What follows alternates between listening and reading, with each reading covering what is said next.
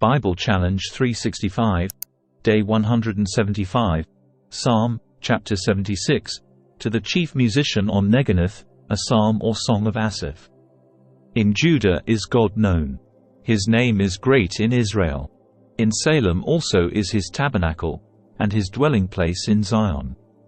There brake he the arrows of the bow, the shield, and the sword, and the battle. Selah. Thou art more glorious and excellent than the mountains of prey. The stout-hearted are spoiled, they have slept their sleep. And none of the men of might have found their hands. At thy rebuke, O God of Jacob, both the chariot and horse are cast into a dead sleep. Thou, even thou, art to be feared. And who may stand in thy sight when once thou art angry? Thou didst cause judgment to be heard from heaven. The earth feared, and was still, when God arose to judgment, to save all the meek of the earth. Selah. Surely the wrath of man shall praise thee. The remainder of wrath shalt thou restrain. Vow, and pay unto the Lord your God. Let all that be round about him bring presents unto him that ought to be feared.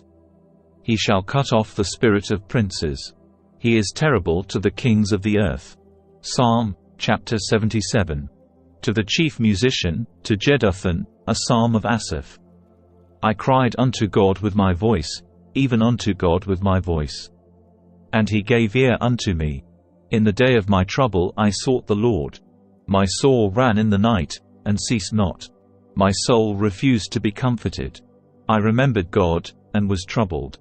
I complained, and my spirit was overwhelmed. Selah. Thou holdest mine eyes waking. I am so troubled that I cannot speak. I have considered the days of old, the years of ancient times. I call to remembrance my song in the night. I commune with mine own heart. And my spirit made diligent search. Will the Lord cast off forever? And will he be favorable no more? Is his mercy clean gone forever? Doth his promise fail forevermore? Hath God forgotten to be gracious? Hath he in anger shut up his tender mercies? Selah. And I said, This is my infirmity. But I will remember the years of the right hand of the Most High. I will remember the works of the Lord. Surely I will remember thy wonders of old. I will meditate also of all thy work, and talk of thy doings.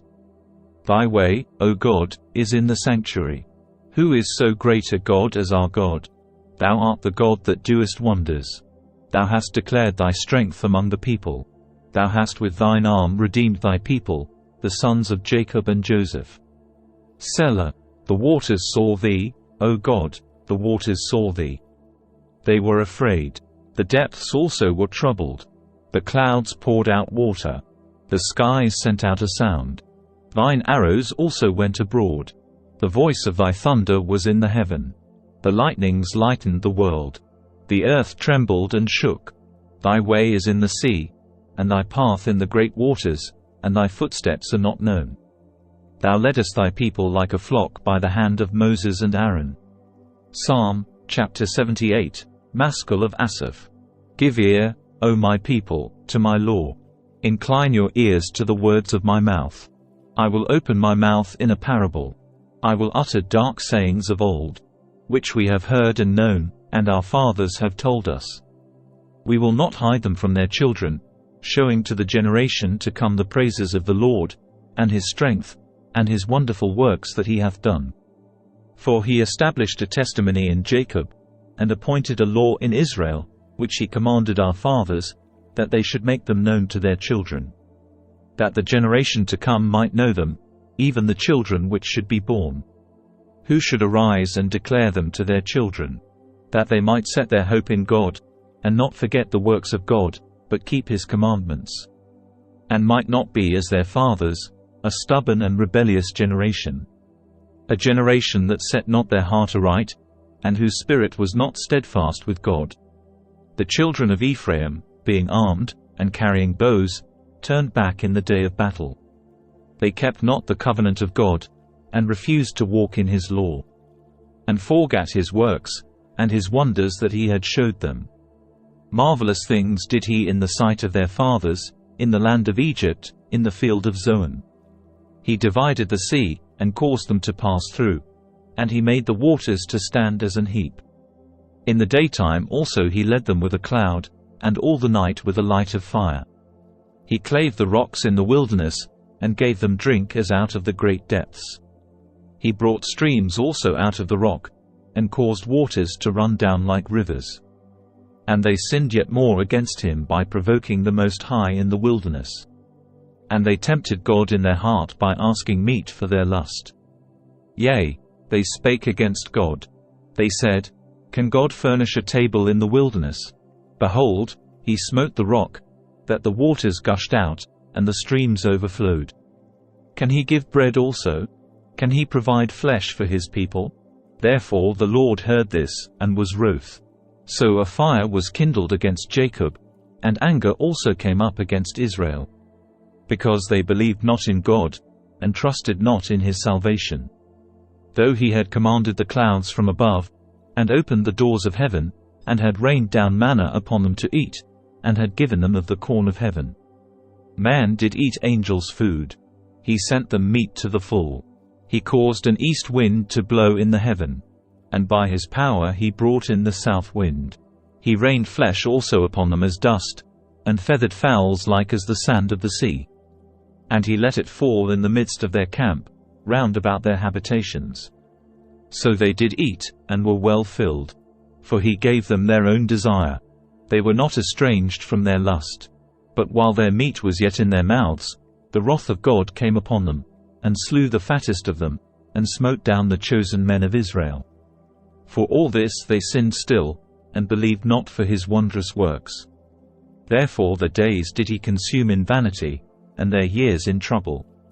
When he slew them, then they sought him. And they returned and inquired early after God. And they remembered that God was their rock, and the high God their Redeemer. Nevertheless they did flatter him with their mouth, and they lied unto him with their tongues. For their heart was not right with him, neither were they steadfast in his covenant.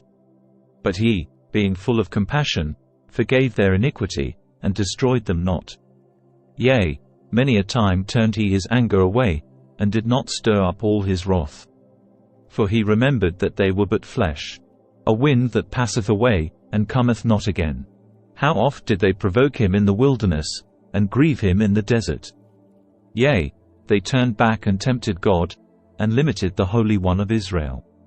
They remembered not his hand, nor the day when he delivered them from the enemy. How he had wrought his signs in Egypt, and his wonders in the field of Zoan. And had turned their rivers into blood, and their floods, that they could not drink. He sent divers sorts of flies among them, which devoured them, and frogs, which destroyed them. He gave also their increase unto the caterpillar, and their labor unto the locust.